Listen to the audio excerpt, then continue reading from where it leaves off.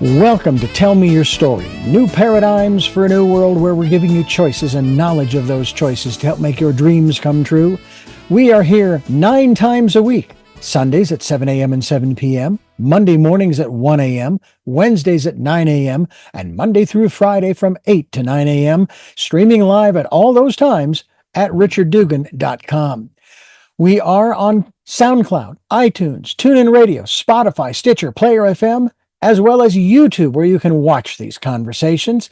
I hope that you will take time to subscribe and click notifications so that when a new conversation is posted, you'll be notified and you'll be able to tune in, listen in, and learn, be entertained and inspired. A reminder that Choices, which is my book, 5 Steps for Life, it's available on Amazon.com in paperback, hardcover, and Kindle with Audible, soon to be released. We also ask that if you can support the work that we are doing financially, we do have a PayPal account. It is there for your security as well as ours. And when they ask for an email address to whom you're sending, please go to richard@richarddugan.com. That's the email address. If you go to richarddugan.com, there is also a link directly to PayPal so that you can send us whatever support you can. And we thank you to those who have helped and to those who will help. We also ask that you take time during this decade of perfect vision, the 2020s, to go within to that quiet, peaceful, calm, still place and listen to that still, small voice. And with that, we now take you to our very special interview and guest here on Tell Me Your Story. Welcome to Tell Me Your Story. Today is going to be a kicking show. Let me tell you what, we're going to line them up and knock them down with our very special guest. She is an author, activist author. Activist artist, and the first African-American Rockette. You know, the mention I made about kicking it up. We want to welcome to the program Jennifer Jones, and she's going to be talking to us during this month's Black History Month, as well as in reference to next month, which is Women's History Month. And this is not a fun one to talk about, but thank God I had my colonoscopy about 6 months ago, and I'm good to go. We're going to be talking about Colorectal Cancer Awareness Month. Jennifer, thank you for being with us here on the program. We've got lots of subjects to talk about. Oh, thank you for having me, and I can't wait to dive in. Let me ask you, first of all, because I know some people who have been dancers most of their lives, their young lives, and unfortunately now that in their senior years, I don't know, it was maybe because they didn't keep it up or continue to exercise and what have you. Now they're having trouble with their hips or their knees, that kind of thing. And we're talking about, again, people dancing on stage. What about you? And again, I'm not asking how old. I would never be that stupid. But let me ask you about your skeletal structure and your mobility these days after being a Rockette for how many years? I was a Radio City Rockette for 15 years, a professional dancer for 20 years. I have been active my whole entire life. Even after my dancing career, I practiced hot yoga. I'm a runner. But I take after my father and uncle, who are also very active. They still run and swim to this day. So I have that Jones lineage. And I'm very thankful that my body has held up throughout the years. My feet are slightly arthritic, so there are some adjustments. I can't run 5 days a week. I can run maybe 2 or 3. But I'm very blessed to be able to keep moving. I would venture you alternate. Every other day kind of thing rather than consecutive. I myself, in school, because of the bullying, I learned to run. You either, it's flight or fright, right? Flight or fight, right? I'm not a fighter. So I ran, and I did really well in track and field, let me tell you. I mean, I could move. It's just really something. And I'm 65 myself and doing well. Don't have to worry about animals because we usually can't hear them, but we love for them to join the program. They've got something to say. Ah, yes, that one's got something to say. Let me tell you. The mail lady came, and so no worries. I'm sorry. I'm so sorry. The origins of the Rockettes, folks, can be traced to 101 years when, in 1925, when impresario Russell and it's Markert of Market. I'm sorry? Market. Market. Yes. Okay. Yes.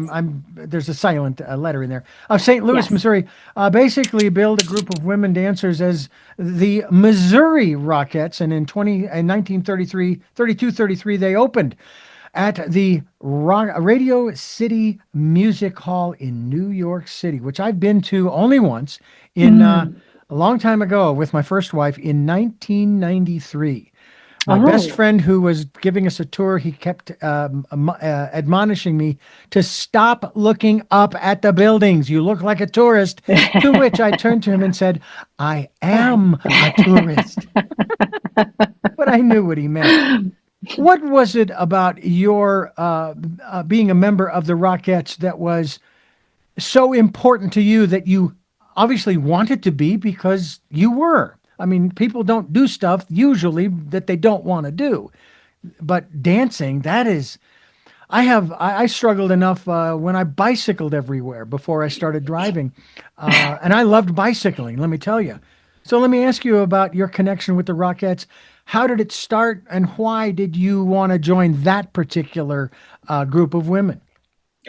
Well, it all started about 9 or 10 years old with my love of dancing and knowing that I wanted to dance on a grand stage and walk out of a backstage door. My fourth grade teacher came into the classroom one day and he said, we're going to do an end of year recital and I need 6 people to be leads. And for some reason, he picked one of the shyest, most quietest children in the class, and that was me. And that required me going to rehearsal before school and staying after school. And I remember the day of the performance, the curtain was down. I stepped out onto the stage to my place, and I was nervous. And then the music started, the curtain went up, and I felt like I was at home. It just felt like I was one with the music and I was full on and full out. And it just felt so natural to me. I was very fortunate to have my parents be avid Broadway goers, and they would see all the latest and greatest Broadway shows, Ben Vereen and Pippin and Jesus Christ Superstar. And when The Wiz came to Broadway with an all-black cast and it was very kid-friendly, they took me and my sister 5 times. And each time it solidified in me that that's what I wanted to do on a stage, what they were doing. And I wanted to walk out of a backstage door. We would wait for autographs for Mabel King and Andre DeShields and Stephanie Mills. Fast forward 10 years later, I'm in New York studying to be a Broadway star.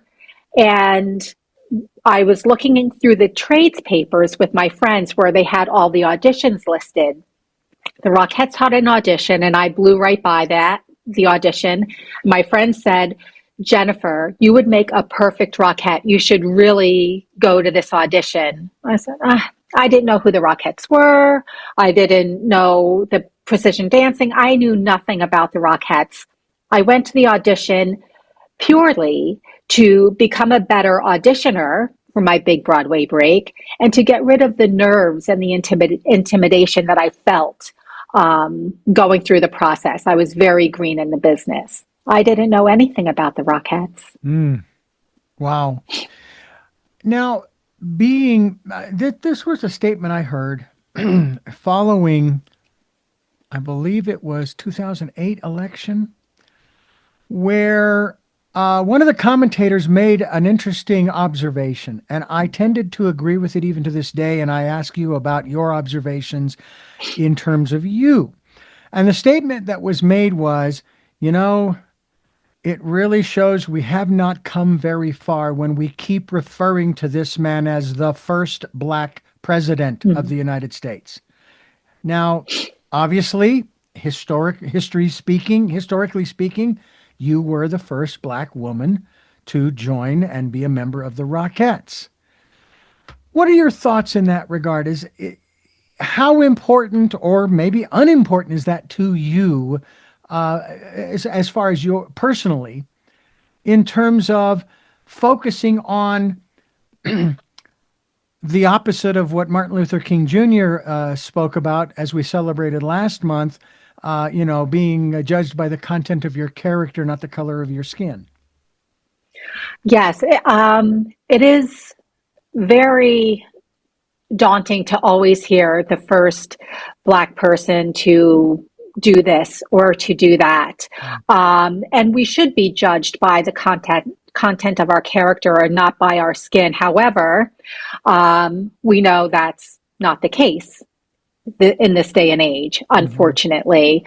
So we still, as Black people, we are still making progress. And I think that it is important for everyone to be seen in places where they're typically not.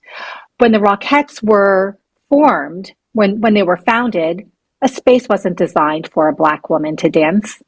So it's a constant evolution and constant generations. I stand on the ladies who kept auditioning before me and were turned away just because the color of their skin.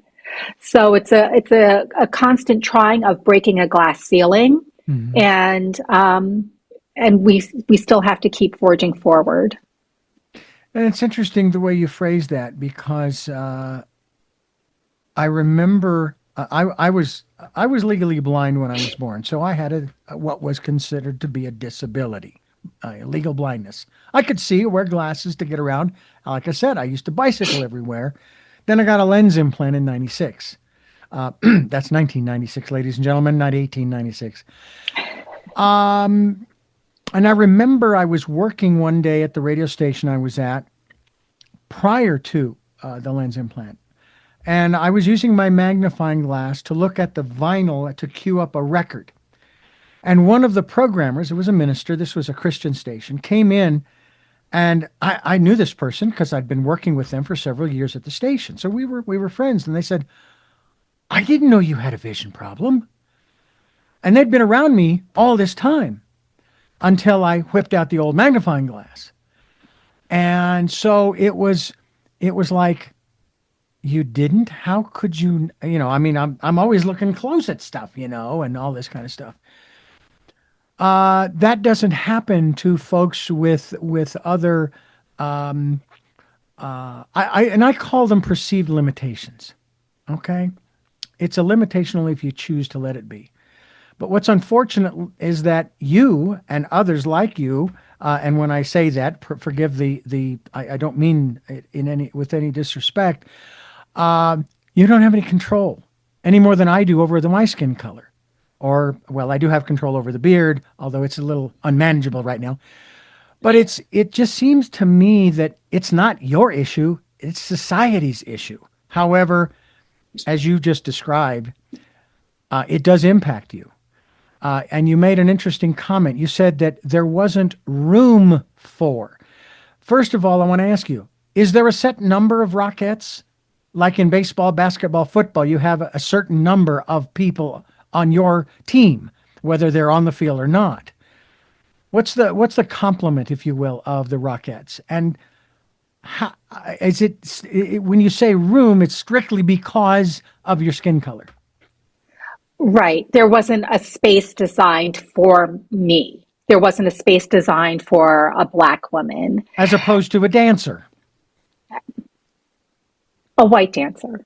Right. Yes. Okay. I got yes. you. Yes. And in those times, 25, 35, 45, so forth.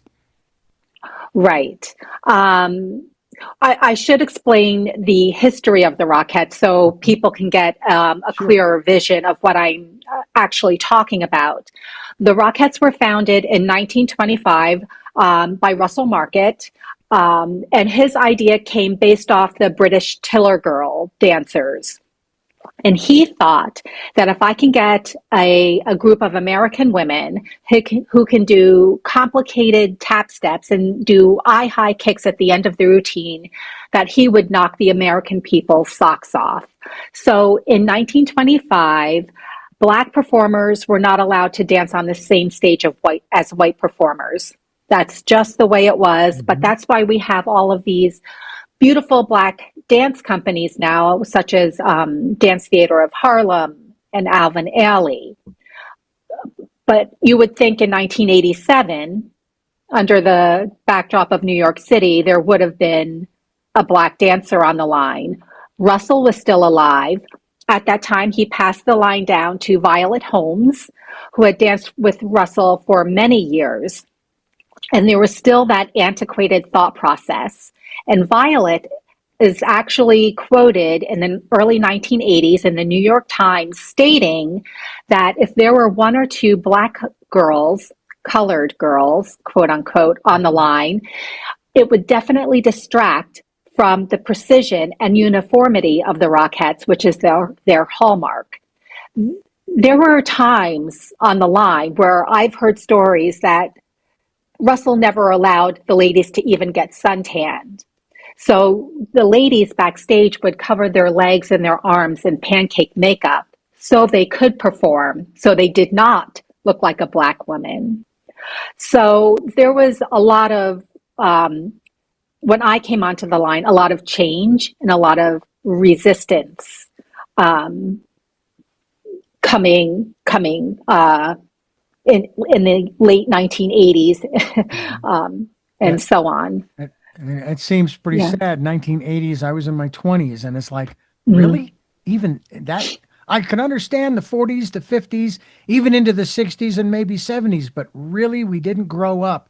And quite honestly, we still really haven't in this country, even in the 21st century, to some degree, by some people's reckoning. And I just applaud you for being a part of this group, especially because of some of the things that you got to experience. I mean, being in parades, in the cold especially, okay, Rockefeller Center and the tree lighting and all of the different other events, hopefully throughout the year, celebrations that you were part of as a member of the Rockettes.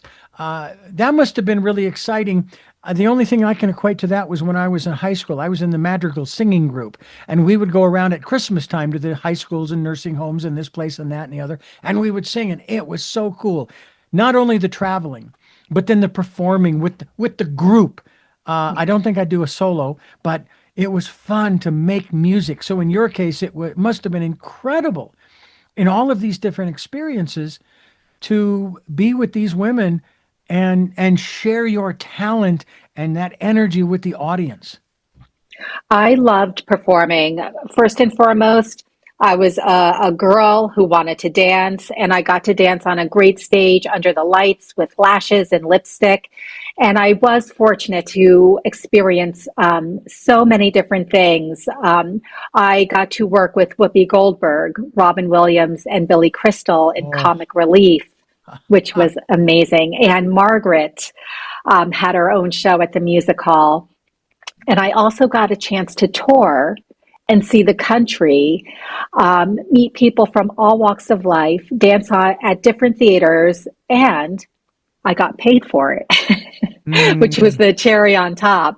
Yeah. So I loved my life as a Rockette, as well as breaking down those barriers and doors for women, Black women who can call themselves Radio City Music Hall Rockettes. That's very cool. We are talking with Jennifer Jones, and we are going to continue our conversation as you continue listening to and watching Tell Me Your Story. I am Reverend Dr. D. Richard Dugan, and we are here with Jennifer Jones, former New York City, you call yourselves the New York City Rockettes? Radio City Rockette? Yes. Yeah. But there's another area we want to talk about. We're going to try to keep this as upbeat as we can. My present wife, 25 years ago, was diagnosed with a rare form of fallopian tube cancer in the summer of 2001. Had the surgery. They got everything on the 10th of August of that year. And then she went through chemo for the next, I think, 6 months, 5-6 months. Wouldn't wish that on anybody. You have had your own battle. I want you to share with us, because you are here also talking about In March, it is Colorectal Cancer Awareness Month. First of all, share with us your experience and why you chose to come out, because a lot of people, it's kind of a private thing, and all of that stuff. Yes, well, I'm glad to know that your wife is doing better. Oh, yes. Yes. When I was initially diagnosed with stage 3 colorectal cancer, I was ashamed and embarrassed, and I didn't tell my family for a month. And during my treatment, I kept it very close to my vest and only let my family and a few close friends know. At the age of 50, I went for a routine colonoscopy. Upon coming out of anesthesia, my doctor came into the room and told me that I have cancer and I have about 5 years to live. This was after she told me during my initial exam that I looked healthy and I didn't need to be seen right away, even though I complained of problems and feeling uncomfortable. I'm going to stop you there real quick. Your doctor, was a female. How did that feel for you having a female oncologist as opposed to male? My wife had a male oncologist. It was a female gastro, Ah, yeah, but I did have an all female surgical team and oncology team. So wow. How yeah, so appropriate being from the Rockettes. I felt once I walked into Memorial Sloan Kettering and met my team, my healing was halfway there. Everyone has to be so comfortable with their physicians that they can ask any question, that they can call them at any time of the night, email them, and really have that sit down conversation and not feel rushed, because everyone's diagnosis is different and everyone takes it differently, Mhm. is so important. So I felt very comfortable with my team. That was after I switched to Memorial Sloan Kettering. Mm. I did 8 rounds of chemotherapy, and then I had surgery in January of 2019. After that, I was deemed cancer free. They got everything. Mm. After my diagnosis, I chose to come out and speak about it. Colorectal cancer is the number one disease in younger and younger adults, and it's becoming more prevalent, and researchers don't know why. I can tell Any, you, it's all our processed foods. yes, Anyway, yes, continue. yes, I believe that as well. Um, So if anyone is feeling uncomfortable and something is off, to definitely go see their doctor. If the doctor does not recommend a colonoscopy, which the age has dropped from 50 to the age of 45 and is now covered under most insurances, really press to have a colonoscopy. Really know your family history. I don't carry the gene for cancer or colorectal cancer. Was just came to me, but let me tell you, I was stressed to the max when I was diagnosed. Um, and there are resources out there to help get more information, or if someone does not have insurance, to there are resources to help get screened. You can go to Colorectal Cancer Alliance or the Colon Cancer Coalition, and they can help. Please do, especially during the month of March, which happens to be Colorectal Cancer Awareness Month. You know, I want to know who was by your side. I was there for my wife. By the way, the reason I have no hair on my head is not from stress. It's because we together said, well, since you're going to be going into chemo, why don't we get our heads shaved? Because what they told her was you're going to lose your hair. The day we were to go to the barber or to the salon, she got a call. They told her that the chemo they were going to be giving her would only thin her hair, so she wasn't going to do it. I understand. I said, I'm already primed and pumped to do it. And so I did. And I still have my ponytail. It's in a box, not on the back of my head. Um, who was with you, helping you, encouraging you, or even at the very least saying nothing and at least holding your hand letting you know there was someone there with you no matter what happened? I had the support of my family, my parents, and I have two sisters. I also had the support of my children. I have a son and a daughter, and I had their support. My mother came with me to every chemotherapy treatment, so I always had someone there. And my boyfriend at the time, who is now my husband, Ah, um, has always given me a safe place to land and to recover and recuperate. And I think it's so important that when you're going through a disease or treatment, to have a caregiver there with you, just for support and for love. And also when we talk to the doctor, when they give information, we are in the middle of a situation, and a person who's not in the middle of it can sometimes get information that we miss or ask questions that we don't think of asking. mm. I know that I was right there. It wasn't exactly what I had signed on for. It was 2001, and we had just met in March of 1998, so we hadn't been together that long. Um, and so it was definitely different. I had no experience otherwise, but prior to that, Mm. with anyone else, whether in my family or friends or what have you. But in the last 25 years, more and more and more people are being diagnosed with Yeah. cancer. I will say that a good friend of mine that I was working with at the time, I was sharing with him what was going on with my wife Amrita, and he says, "Well, my mom went through that, and da da da da da da da da da." I says, "Well, what happened? I mean, is she still with us?" He says, "Oh, that was 9 years ago." And what really kind of ticked me off as far as my wife's oncologist was, at one point she wanted to stop chemotherapy because she had been overhearing people in the chemotherapy room, that once you reach a certain point where you have a blood work, where your markers are below a certain point for 2 or 3 or 4 or 5 weeks, whatever it is, that you can stop chemo. And of course, we were in the office talking and telling him this, and he says, "Well, if you stop now, there's a 70% recurrence rate." And then, of course, the other thing too was the statistics, for someone who, let's say, didn't do anything, or maybe just had the surgery, and it was lopsided. It was like 70% recurrence and 30%, survival and so forth.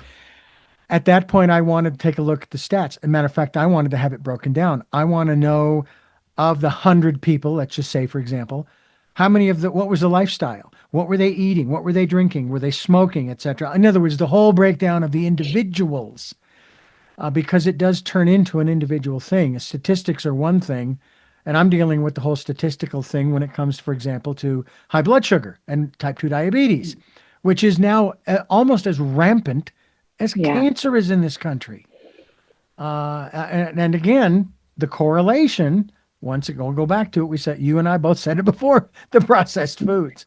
But I am so Sugar. happy Yeah. that you are, once again, how many years now free and clear? 7. Congratulations. Thank Congratulations. you. I know my wife is still scared when something Yeah. happens, something, if she has some digestive concerns. I'll be gentle with that. And I say, hey, relax. Here are the Hmm. symptoms. Because at one point she actually had a bowel obstruction, almost 100%. Oh. I was literally within hours of losing her. Hours. Oh my God. I'm And I so did not sorry. remember biology when it said that the liver puts out this liquid called bile, and it's green. And so when I started seeing that, I'm going, there's a connection here. What's going on? And immediately to the ER. And Right. um, Right. just so many things going Absolutely. on. Please go ahead. I know that when my stomach starts to hurt, I Mhm. get nervous, but then I know that's a symptom of my stress. And then I have to like sit down. I have to think like, what's on my mind? What am I stressing about? I have to meditate, really take it down a level. And that is my sign to know that I'm like doing too much, or I'm over the top, or I'm extending myself too much. No, or you could be hungry. No, No, my okay. stomach doesn't hurt when I'm hungry. It Okay. growls. Once again, Um, congratulations, thank you. both to you, your family, and especially your boyfriend, now husband, who stuck with you. And I continue to tell my wife as we both get older, I'm not going anywhere. I'm here for the long haul, regardless of, what we're doing. And we're doing our best to maintain as much of the quality of life as we can. My dream is to live to be 100. I hope she joins me, but she is 9 years older than me. So we'll see how all of that opens up for us. We're talking with Jennifer Jones, the first. Which do you prefer, Black or African American I Rockette? go by both. Both. I go by Okay. both. Joining us here, talking about all kinds of stuff as we continue talking with her here on Tell Me Your Story. I am Reverend Dr. D. Richard Dugan. Jennifer Jones has joined us here on the program, and you've already mentioned a little bit about this next question that I'm going to ask you about. There are people that are in our lives that make a world of difference. I mean, I can list a few. One that really propelled me forward, who I know has since passed away because she was already in her later years when I was in my 20s with my first radio job. And she said, she told me, she says, Richard, you need to go to Toastmasters. You need to go to Toastmasters. And I said, okay. And I did. And it was the best experience. Her name was Margaret Pekaric. Another first general manager, Gene Joins, my very best friend of 53 years, who has since passed, Doug Jones, many, many others. I don't know if he's related to you, but he was a very white, red-headed fella as we were growing up. So who knows? Maybe down the road, way back in history. Who, aside from your immediate family, your husband, the team, the surgical team, the medical team around your whole issue with cancer, colorectal cancer, who were the people, or is there one individual that really maybe made the biggest difference in who you became? I feel like throughout my lifetime, there have been different people given to me on my path to help show me the way. I do believe that there are people that come into your life for a reason, a season, or a lifetime. I can certainly say that when I started dancing at Phil Gracia Dance Studio as a child, Phil Gracia instilled the love of tap dancing in me. And one of his instructors, Miss Lynn, took me into New York City, where I first met Frank Hatchett, who would later, in my teen years, become my mentor. Show me what it's like to be dancing in New York City. I've had of course, ladies on the line who showed me to be the best Rockette possible. Lorraine Momola, who I'm still friends with today, she was a fabulous Rockette mentor who welcomed me with open arms and a full heart on the line. And she showed me the ins and outs of the eye high kicks and the soldier fall. Throughout my cancer battle, I know you said outside of family and friends and medical staff, but they were really my soft place to land. Since I didn't venture out, any further than that when I was going through my treatments. They really were that stronghold cloth underneath me and kept me lifted. And of course, my husband, who, like your wife, we were not married at the time, and he really stood by my side and gave me a warm hug and wrapped his arms around me. Well, I know that my wife and I went on our honeymoon. Now, we had two wedding ceremonies. One was in 2002, right before, on the 21st of December, right before we headed off for a 2 week vacation to Ireland. As I mentioned before we started, a place that my wife and I would love to land and put the anchor down and put down roots. And it was really something.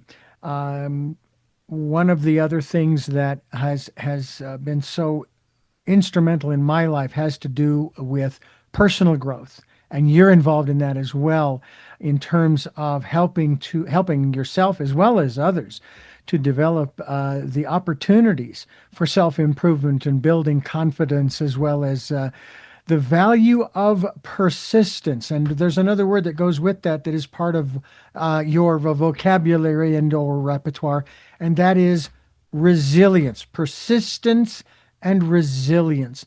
Talk to us about that, especially, I hate putting it this way because all human beings down through the history of man, we've always lived in interesting times. But it seems like from my metaphysical guests, the other side says we're all heroes that are living today because we've chosen to be here at this time. Talk to us about persistence and resilience at this time. I believe that we are all here for a reason. Every single person on this earth has a gift, a footprint, a legacy to leave in this world. And even though it looks like we are all doing the same thing, all of our gifts are different. We are each diamonds that are pulled out. Each challenge that comes our way is simply just an opportunity to learn, and it's make shining that bright diamond even brighter, and allowing us to shine on the full stage that we are, that we should be. Hmm. And I think when we all have a passion in what we want to do in life, such as I did when I was a little girl, if we all keep that innate feeling, and there's going to be twists and turns and challenges and triumphs, which should always be celebrated, no matter how small or how big. Um, we all need to bring out what our footprint is in the world, because if that gift does not come through, not only does that person lose, but we as the community lose that person's gift. And that's not fair for us. So I think we need to be persistent in listening to our inner voice and going forward. And we also need to be there for each other during times of challenges, during times of being scared. And when we are scared, that's just an uncomfortable feeling promoting growth. That's propelling us to the next step. We don't want to stay in a comfortable feeling too long. Of course, it's nice, but that's not fostering our growth. Yeah. Um, so I think that persisting and going forward with our dreams and our passions is imperative. And like I said, there will be challenges, and that's where the resilience comes in. Keep going, um, knowing that you're on the right path and listening to your inner voice. I also tell people too that in 10, 20, 50, 100, 1,000, 10,000 years from now, everything that's going on right now that may be uh, causing you angst and so forth, it's not going to matter. It's going to be, it's, it's not going to matter.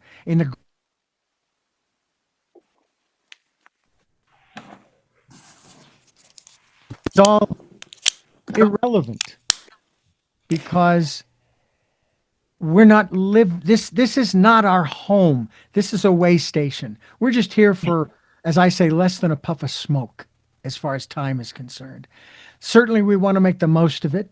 Most of us do. We want to give back what we can as we move forward. And I've been doing that through these programs and through other things as well. And you have too. And we're going to talk about that you will leave behind as a legacy as we continue with Jennifer Jones. And she is here with us to share some insights into authorship as we continue on Tell Me Your Story. I am Reverend Dr. D. She is Jennifer Jones. She is also an author, as we have mentioned a number of times. We are talking about legacy, among other things. And the one thing that I find interesting, Jennifer, is I am also a member of the same class. And I find it interesting that I'm a member of a couple of different categories. Yes, author is one of them, songwriter. I've only written two, but hey, you write one and you're a songwriter, right? And it could be a big, big hit someday. But you have not only written a memoir we'll talk about, but you've also written a children's book, which is entitled On the Line, My Story of Becoming the First African-American Rockette. Why a children's book? And I would venture, the story is also in your memoir too. Yes, it's a different version of a story that's in my memoir, but I do talk about in my children's book about being so young and knowing at 9 or 10 years old, wanting to dance on a grand stage and having my parents, like I mentioned earlier, being avid Broadway goers and exposing me to the Broadway stage and the lights and the backstage door and instilling in me that maybe I can do this. And I wanted to write the book because I wanted children to know, no matter what their love of doing in life, whether it's wanting to be a soccer player or an astronaut or a chef, that those things are possible for them. And what I love is the last page of the book.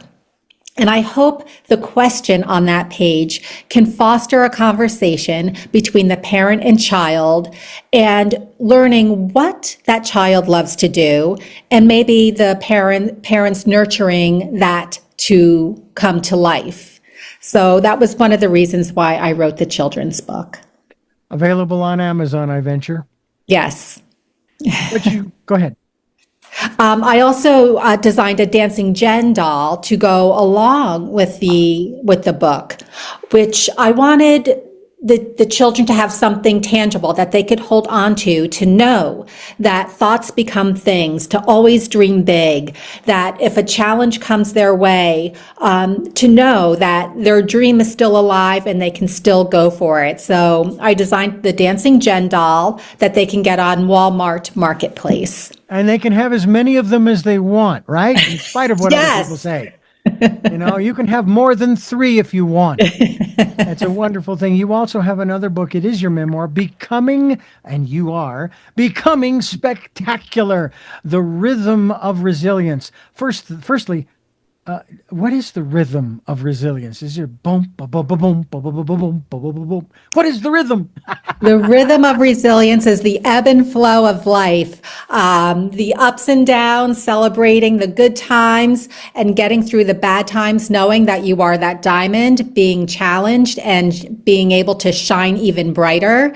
And I wrote Becoming Spectacular. It was in my mind for many, many years. I wanted to put down my Rockette legacy, and the universe kept telling me to wait and wait. And I had more of my life to share. I had more to share about my life after dancing and what it was like being a single mother and raising 2 young children. I had more to share about my battle with colorectal cancer and shedding a light on women's health and colorectal cancer awareness month. And so I wrote this book to show that we are all human. I'm trying to let people know that even though there are challenges in life, that there's always a light at the end of the tunnel, and we are all of us are becoming spectacular. I'm also rather impressed by the fact that you are also a pageant queen. share with us briefly about that. What is that all about? I mean, I've seen the Rockettes over the years, and they're all beautiful women. So they could all participate in these pageants and probably, win along the way. And yet at the same time, there's also sort of a little criticism of our culture here in the United States that really, and it's not just here, I know, in Europe too, that really pushes this whole beauty thing, which most of us guys don't quite understand. Now, bear in mind, I did have 4 sisters and a mother, so I'm not adverse to the understandings there. But tell us a little bit about this particular win that you had in, what was it, 1989? 1989, I was crowned Miss Morris County, which is a leg of the Miss America pageant, and I competed in the Miss New Jersey pageant. I think a lot of people are drawn to or a lot of women are drawn to the pageant scene because it is a scholarship fund where you can win money to help with your college education. And it really is a place where women can form friendships and bonds.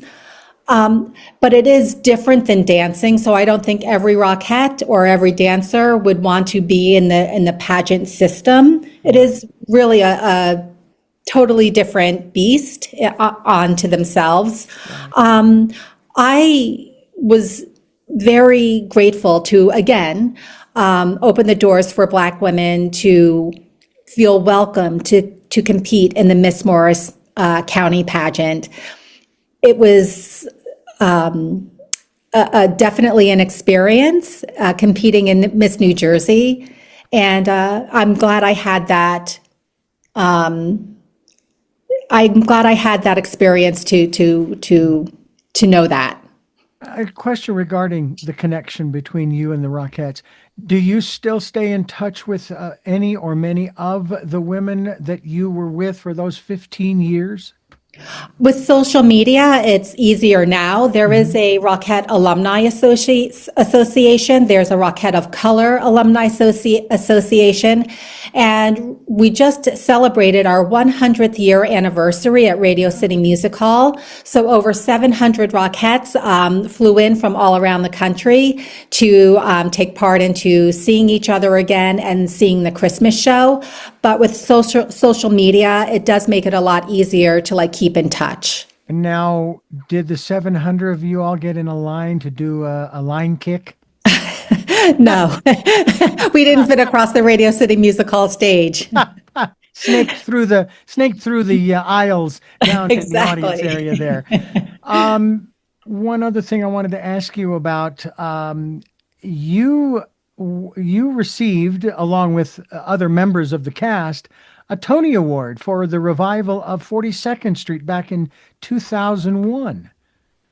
Yes, so I got my childhood dream of performing on Broadway, and I did the full run of 42nd Street, the revival, from 2001 to 2005. And we actually opened for the Tonys that year. And the opening was taking place at Radio City Music Hall. So I got the chance to work as a Broadway performer, dance at my home of 15 years at Radio City Music Hall, and win the Tony for Best Revival of a Musical. I absolutely loved working on Broadway. It was a dream that I had since I was a child, and I am forever thankful for my parents and for my drive to have my dream lived out loud. Did you get a Tony Award, a statue? No, it was the show that got the Tony Award. Let me ask you on that note about your desire to dance, and then, of course, be a part of the Radio City Music Hall Rockettes, and recognition for what you do, not for just who you are. And obviously the other accolades we've talked about in this conversation. A lot of, because I've gone through this in my career. I've now been in this business. Oh, what has it now been? 46, it's going on 47 years.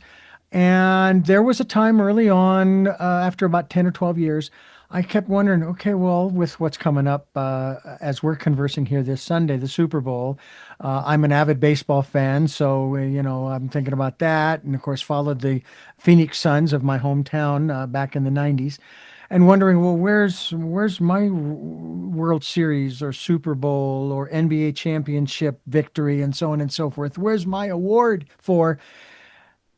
And then it kind of dawned on me there have been accolades, but they've been verbal from people I've respected in the business who I've worked with. But I don't do it for that reason. I don't, I mean, if you get it, fine. A good friend of mine and I did a series of programs, and he put up that series of programs and had them nominated for a Peabody Award. But you have to apply in order to get for the nomination. It's not something that, they come after you for.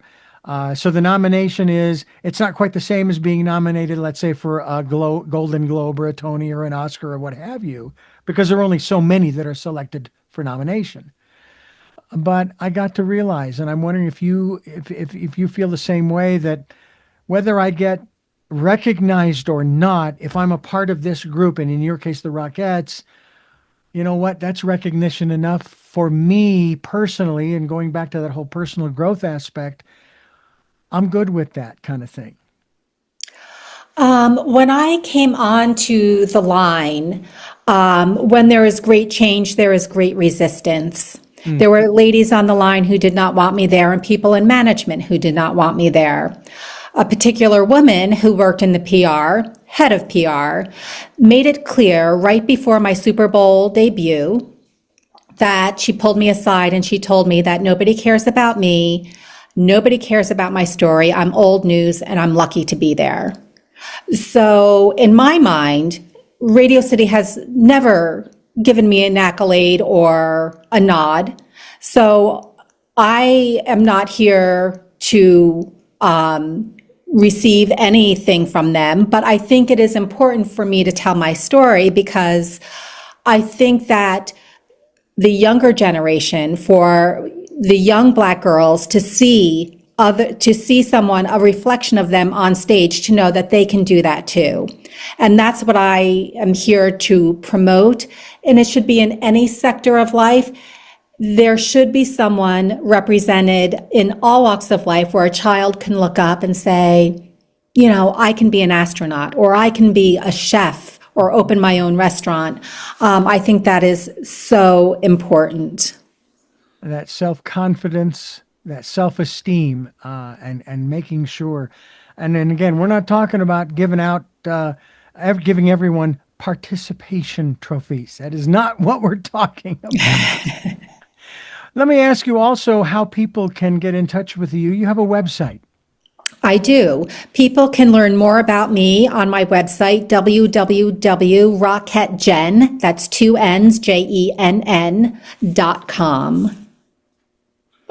Okay. And they can follow me there on social media and find more about my books and Dancing Jen and colorectal cancer. Excellent. Well, we will be linked to that website as well, and we will encourage people to go there and find out more about you and the work that you are doing through all of the different things that you are doing these days, whether it's the dolls or the books. Do you have any more books in you? I do. No. I'm working. I would love to write a young adult, a middle grade book. So that's kind of being tossed around in my mind right now. And we all know thoughts become things. Absolutely. Give us that website one more time. www.rocketteGen2Ns.com. Got it. Okay. And that's ROCKETTE? Yes. All right. And then JENN.com will be linked to there as well, as we continue with Jennifer Jones on Tell Me Your Story. I am Reverend Dr. D. She is Jennifer Jones, and RockettesGen with 2 N's.com's the website. We hope you'll get a copy of her books, available, I'm sure, at Amazon and through that portal of RockettesGen.com. And I want to thank you. I have to say, I give you the accolades for telling your story, for sharing your story, for having the courage. Matter of fact, I do a regular Wednesday program with one of my guests. Her name is Lumari of lumari.com. And we choose a word or a phrase. And this past Wednesday's was courage. And sometimes it takes a lot of courage, doesn't it, to step out and to share your story, doesn't it? Absolutely. When I was writing Becoming Spectacular, I was very nervous about writing about my journey, my Rockette journey, especially with Madison Square Garden and Radio City, knowing that they were going to be reading it. And I was very vocal about the things that happened. And I made my husband read it a million times, and he said, "Did it happen?" And I said, "Yes." And he said, "Put it in." So it took a lot of courage for me to really write my memoir. I know too that there, and this was with anybody's memoir and not just yours, there can be blowback. I think about the book I wrote. My book is Choices, 5 Steps for Life. And in it, I do include some personal things. It wasn't intended to be a memoir. It was more intended to tell people, look, you have a choice, but here are the 5 steps I recommend that you take. And first is make a choice. I could tell stories about my childhood and my brother and sisters and the experiences that I had, and they may read it and say, that didn't happen that way. And so I would certainly put in a disclaimer at the front that all the content of this book are my recollections. They may not be those of others who may have participated in these different events, but they are my recollections, and I'm certainly open to hearing the alternative stories from the other participants in those events. But I want to thank you for participating in what we're doing here, trying to change the world and share all of these different stories with our listeners and viewers. And it has been a great pleasure to obviously meet you for the first time, but hopefully have you back again to talk more about the work that you've done, because you've still got, your resume is still going on, and we've just barely scratched the surface. So thank you so much. Thank you. And I would love to come back. You're a pleasure to talk to. And I hope you enjoy the Super Bowl. Well, I'm not a real football fan. We may watch the halftime show just for fun.